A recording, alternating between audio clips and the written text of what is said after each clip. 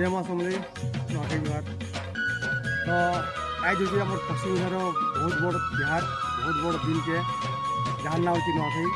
तो नुआखाईटा आरम्भ केन क्वेश्चन पूजाटा केन क्वेश्चन और लास्ट केन आसी जाना भिडियो माध्यम देखा चलो